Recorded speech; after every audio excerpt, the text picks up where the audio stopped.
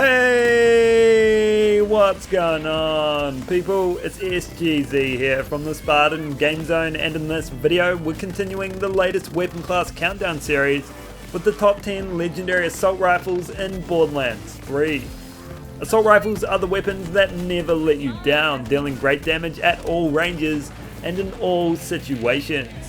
These are the best ARs in the game, and I'll be letting you know what each one does, where you can get them, and how you can increase their damage. If you enjoyed the video, I'd appreciate it if you could drop a like. Feel free to subscribe if you haven't already, or you could even follow me on Twitter, and don't forget to let me know in the comments what your favourite assault rifle is. And let's crack into it.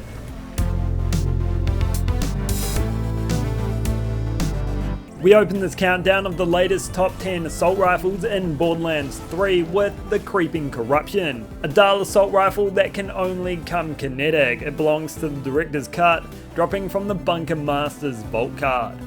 The Creeping Corruption is a weapon enhanced by adversity. The more enemies you're faced with, the more powerful it gets. Its bullets must be laced with pollen, causing your enemies to sneeze too many germ clouds as their final act. They seek out others, making them weaker to all forms of damage. Each corrosive orb that impacts an enemy causes them to take 33% more damage and can stack up to 3 times. Enemies are weakened for 35 seconds and also take constant corrosive damage, which helps to keep abilities propped. Because it's locked to being non-elemental, I find a next to Mag's Anointment is great for adding that elemental flavour, and Amara can use Infusion. The longer you use it, the more the battle turns in your favour, as its corruption spreads steadily across the battlefield, making for a top mobbing assault rifle. It's just a shame it can't come elemental.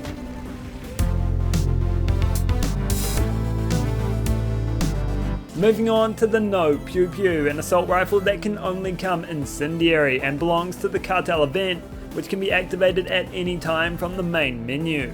Of course you can get it from Joey and his underbosses, but you can also get it from the Roaster and the Tenderizer in the overworld. The Yeah Pow Pow is a gun that turns up the heat, growing in fire rate the longer you hold down the trigger. It's a heavy duty minigun that gets more deadly the longer it spins. Because it's made by COB, there are a multitude of projectile counts you can get one firing, either 3, 4 or 5, consuming 1, 2 or 3 bullets per shot, and the lesser is the best value for ammo. It's a gun that might start out slow, but when its barrel has fully spun up, it'll tear through whatever you're faced with, transforming into a damaging assault rifle, especially against flesh.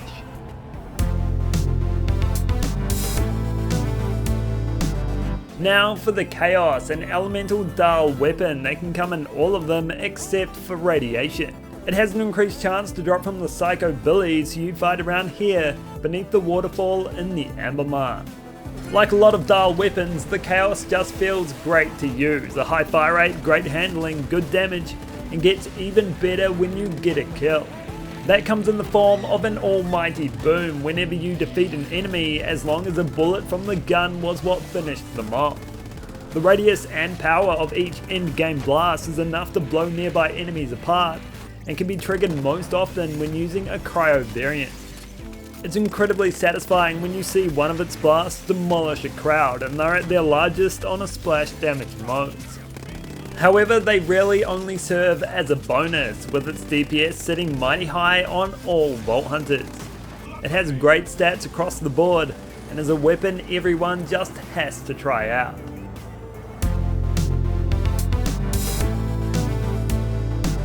Up next we have the Breath of the Dying, a corrosive weapon that has an increased chance to drop from Blinding Banshee you fight around here in Desolation's Edge. The Breath of the Dying is a fantastic assault rifle that gets even better while mobbing. Aside from its high fire rate and heavy damage, it holds a unique effect like no other. Whenever the last thing your enemies feel is one of its bullets, they'll burst apart into a radial swarm of corrosive orbs. There's 13 of them in total, and they sweep across the battlefield, causing heavy amounts of splash damage. In fact, they scale to 12 times the damage of the bullet that killed them, which is crazy high.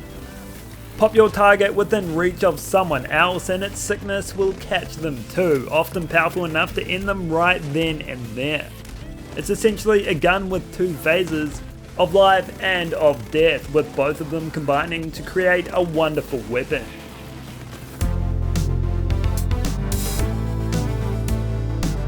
Up next is the Clairvoyance, a Jacob's weapon that can only come in cryo and belongs to the Guns, Love and Tentacles DLC. Dropping from Critchy, you fight around here in Curse Haven. The Clairvoyance senses pain in your enemy's future, trapping them in an icy tomb with some concentrated critical hits. It has the Jacob's manufactured trait of ricocheting rounds when you land some, but that's taken a step further. When you land one, the projectile will stick to your opponent before exploding after a few seconds, and sending that round flying into someone else. Stack multiple at once and they'll explode in unison, causing some serious harm. Like similar Jacob's assault rifles, this one comes with a range of parts, essentially resulting in semi-automatic, fully automatic and multi-paletted variants, with the last two being the ones you should aim for. A fully automatic Clairvoyance handles amazingly well and deals high damage, but the Masher is the one you'll want if you're true to the Jacob's name. It serves best on Flak, who's able to take advantage of its built-in critical buffs, and they can have bosses falling to their knees before you've even emptied your mag. It is one of the best Jacob's weapons in the game that is both unique and deadly.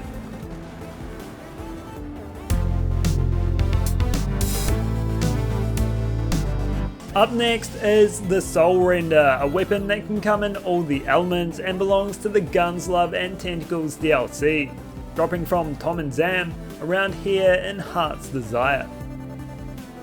Its red text reads, "Picture a soul, now rend that thing," more like "picture some food cause I'm hungry," but that has nothing to do with this gun. The Soul Render without its unique effect would probably be mediocre, but with it, it's a whole nother story. Alongside its bullets, the occasional explosive skull will zing out of its barrel and hunt down a nearby enemy. The faster you fire, the more that you'll spawn, making violence on Zane great, and the Revolter shield as well.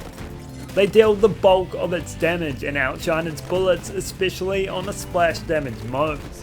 On her, those skulls are powerful enough to flatten anything they come in contact with, and serve as a great added bonus to the solid foundation underneath.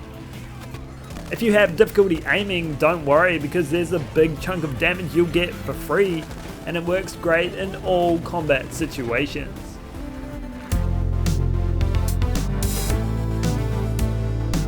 Moving on now to the Blade Fury. This one's manufactured by Jacobs and belongs to the Director's Cut.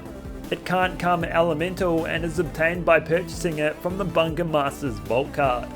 The Blade Fury, not to be confused with the movie Blind Fury or Guy Fieri, is a weapon that dishes out damage like the latter dishes out Dragon's Breath chili. It's not your normal assault rifle, and that's what makes it great. It fires knives, which are simultaneously charged with 100% splash damage but without a splash damage radius, and 50% melee damage, which of course cannot crit, and it has a built-in 30% melee bonus to boot. With it, you get the best of both worlds, your Hannah Montana and Marley Stewart. I mean, you get the splash damage and the melee damage, able to take advantage of artifacts like the Unleash the Dragon or Stone, and any skills on top of that.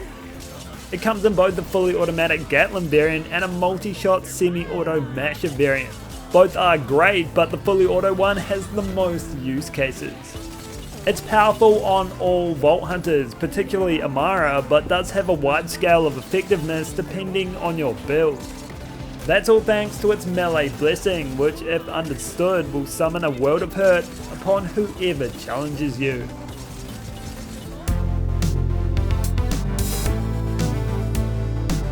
Time now for the Rowan's Call, a powerful Jacob's weapon that can only come in fire, shock and radiation, and has an increased chance to drop from Red Rain at the end of the Slaughter Star 3000. The Call of Rowan comes from the experimental department of the Jacobs factory, supporting an alien barrel and a hunger for bullets. Its ability to come in multiple elements and its fully automatic nature, coupled with heavy damage, creates a weapon that shines from all angles. Its unique effect perfectly matches that of the company who made it, making for one of the best incentives to land criticals. Not only do you deal extra damage and see not one but 2 rounds ricochet to nearby opponents, but once they're done ricocheting, those rounds go straight back into your magazine. That means you can effectively fire forever, where you'll never cease to annihilate the competition. It's a powerhouse assault rifle that's especially good on flak thanks to Megavore and their critical focused skills, but it also has a pinch of splash damage with those ricocheting rounds. If you're accurate and know where to aim, it's one of the best weapons out there.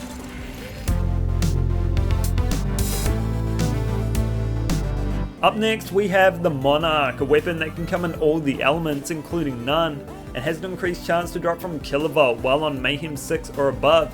You fight here in Electricity, but it also drops from the Serra of Supremacy True Trial. The Monarch is a fiend of a weapon with an unsatiable appetite for dishing out damage. It fires either 4 or 8 bullets incredibly quickly, which just obliterate whoever they touch. The ×4 variant is better for ammo, and all those hits making consecutive hits anointment great for it. No need for the mulcher when enemies just flat out disappear as you mow them down with bullets.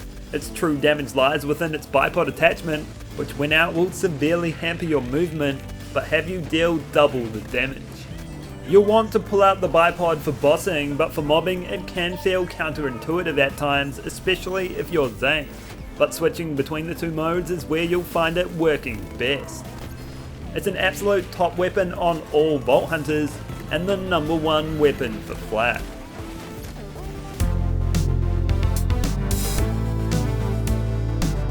Before number 1 is uncovered, let's dive into some honourable mentions. First up, it's the Boomsicle, which can come in all of the elements and has an increased chance to drop from Anointed X4, who you fight around here in the Anvil as part of the Malevolent Practice quest. But it can also be dropped from the final boss of the Trial of Cunning on True Trial difficulty.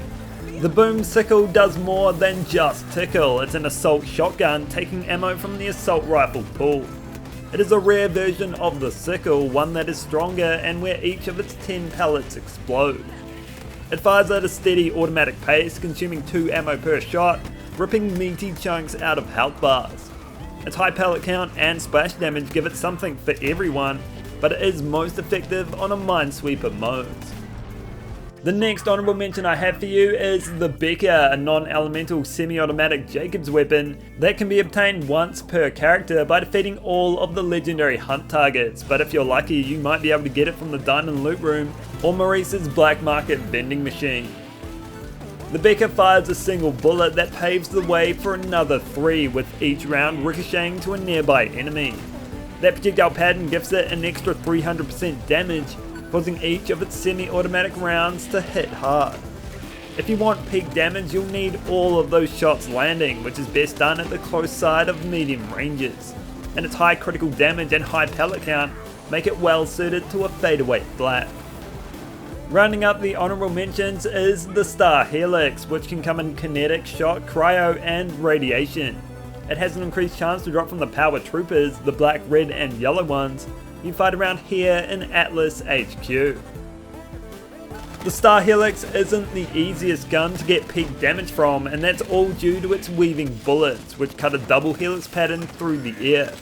When each of its 3 rounds land where they're supposed to, it'll cut down your opponents in rapid time, and it serves as a great assault rifle, particularly on flak and Zane.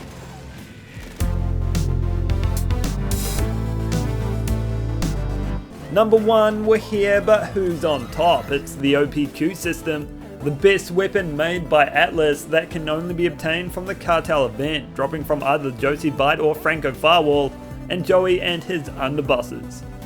If we were ranking assault rifles on raw power and bossing potential, the Monarch would have it beat, but this thing is just fantastic to use for every Vault Hunter in all situations, but you can't go wrong with either. The OPQ system is more than what it's made of. A cake isn't flour, egg and sugar, it's a damn cake, and the OPQ system is a damn fine gun. It's a weapon that all guns strive to be, firing 2 deadly projectiles at a quick pace, and it also fires the occasional explosive shock round that boosts its damage further. That is a big part of making this thing what it is, giving that splash damage factor and elemental twist, which always makes for a great weapon. On top of that, its alt firing mode will have it spawn itself in miniature scale, which will target enemies dealing decent damage, and on modes can be abused to down bosses all by themselves. It doesn't have the pure DPS of something like the Monarch, but its overall stats hold it in better stead. So that's all for this video. I hope you enjoyed it and learned of the current top 10 legendary assault rifles in Borderlands 3. If you did, consider dropping a like or subscribing, and I'll catch you in the next one.